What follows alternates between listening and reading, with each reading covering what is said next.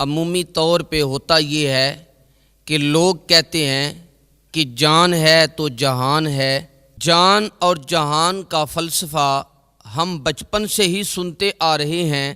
لوگ کہتے ہیں جائیدادیں چھوڑ دو، فلاں چھوڑ دو، نظریات پر بھی کمپرومائز کر لیتے ہیں۔ جب جان نہیں ہے تو باقی کیا؟ جان ہے تو جہان ہے۔ اس فلسفے کو حسین ابن علی نے بدل کے رکھ دیا۔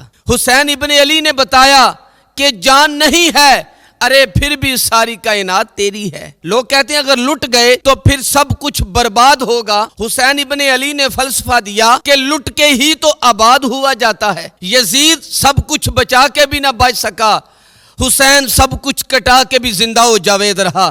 یہ فلسفہ دیا کہ سب کچھ کٹ جائے، سر نیزے کی نوک پر بھی چڑھ جائے، خاندان کی لاشیں بکھری پڑی ہوں اور گھوڑوں کے ٹاپوں تلے روندی جائیں، کفن بھی کھینچ لیا جائے، خیموں کو بھی آگ لگا دی جائے، لیکن سرے شہیداں پھر بھی نیزوں پر بلند ہی رہے، اونچا ہی رہے گا۔ یہ فلسفہ دیا حسین ابن علی نے کہ یہ سر جھکنے کے لیے نہیں ہے، یہ سر تو بلند ہونے کے لیے ہے۔ اور میں ایک بات کہا کرتا ہوں، لوگ سر بچانے کے لیے ظالم کے ہاتھوں میں ہاتھ دے دیتے ہیں کہ سر بچ جائے۔ ارے حسین نے ہاتھ بچانے کے لیے اپنا سر دے دیا ہے۔ ہم نے بچپن سے لے کے لڑکپن تک اور لڑکپن سے لے کے آج تک نبی رحمت صلی اللہ علیہ وسلم کا یہ فرمان سنا ہے، من رآ منکم منکرن فَلْيُغَيِّرْهُ بِيَدِهِ فَإِن لَّمْ يَسْتَطِعْ فَبِلِسَانِهِ فَإِن لَّمْ يَسْتَطِعْ فَبِقَلْبِهِ وَذَلِكَ أَضْعَفُ الْإِيمَانِ۔ تم میں سے اگر کوئی برائی کو دیکھے تو اسے ہاتھ سے روکے، ہاتھ سے نہیں روک سکتے تو زبان سے روکے، اور زبان سے بھی نہیں روک سکتے تو کم از کم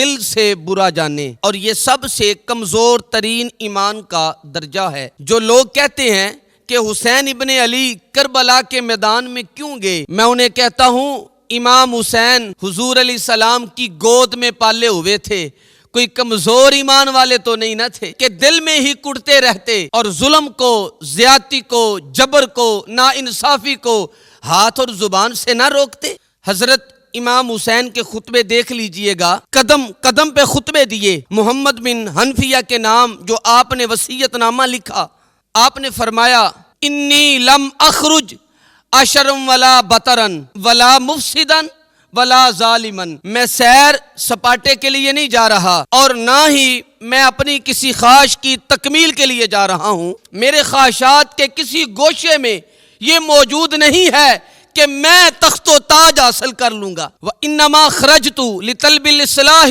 فِي أُمَّتِي جَدِّي أُرِيدُ أَنْ آمُرَ بِالْمَعْرُوفِ وَأَنْهَى عَنِ الْمُنْكَرِ، میں امر بالمعروف اور نہیں عن المنکر کے جذبوں سے مالا مال ہو کے میں اس سفر کو اختیار کر رہا ہوں کہ جب شریعت کا مذاق اڑایا جا رہا ہو، شریعت کی شکل بدلی جا رہی ہو، خلافت کا رشتہ قرآن سے ٹوٹ گیا ہو اور ایک نئی صورت دین کو دی جا رہی ہو، اور جو اس سانچے میں ڈھل کے دین نکلے گا، ارے وہ محمد عربی کا دین تو نہیں ہوگا جو طائف کے بازاروں سے لے کے ارے مکے کی گلیوں تک، احد سے لے کے غزوہ حنین تک حضور نے خود کو اور اپنے اصحاب کو تکلیف میں ڈال کر جو دین دیا، جو امت تشکیل دی، یہ یزید سارے اس نظام کو بدل رہا ہے۔ تو کیا نبی کا نواسا جس کو حضور نے اپنی گود میں پالا ہو، وہ کیا خاموش ہو کے بیٹھ جائے؟ تو کہا حسین ایسا نہیں ہونے دے گا، اور اس کی جو بھی قیمت ادا کرنا پڑی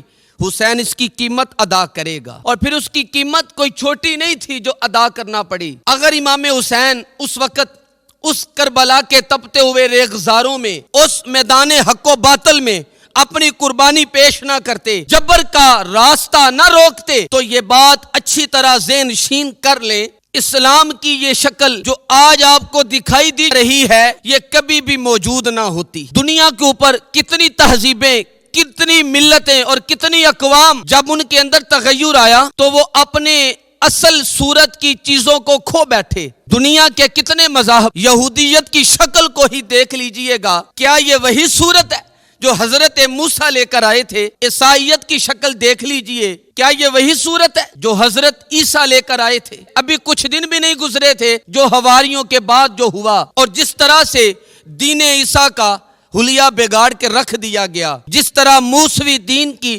شکل کو بدل کے رکھ دیا گیا، تو کیا دین محمدی کی شکل باقی رہتی؟ جب یوں دین کی شکل اور صورت بدلنے والے میدان میں موجود ہوئے تھے، لیکن باقی ادیان، باقی تہذیبیں، باقی ملل، باقی قومیں، ان کی شکل اس لیے تبدیل ہو گئی کیونکہ اس شکل کو بچانے والا کوئی حسین وہاں موجود نہیں تھا، اور یہاں اس دین کی اصل صورت اور شکل اس لیے موجود ہے کیونکہ اس صورت کو بچانے کے لیے حسین ابن علی موجود تھا۔ مسٹر گوکھلے نے کہا تھا کہ اگر حسین ابن علی موجود نہ ہوتے تو اسلام یا تو مٹ جاتا یا اس کی اصل شکل موجود نہ رہتی جو محمد بن عبداللہ لے کر آئے تھے۔ اس کی شکل وہ ہوتی جو یزید پیش کر کے جاتا، لیکن حسین ابن علی کی قربانی ان کی نزہت کی وجہ سے ہے، ان کے قیام کی وجہ سے ہے، ان کے کھڑا ہو جانے کی وجہ سے ہے۔ 14 صدیاں گزر جانے کے بعد بھی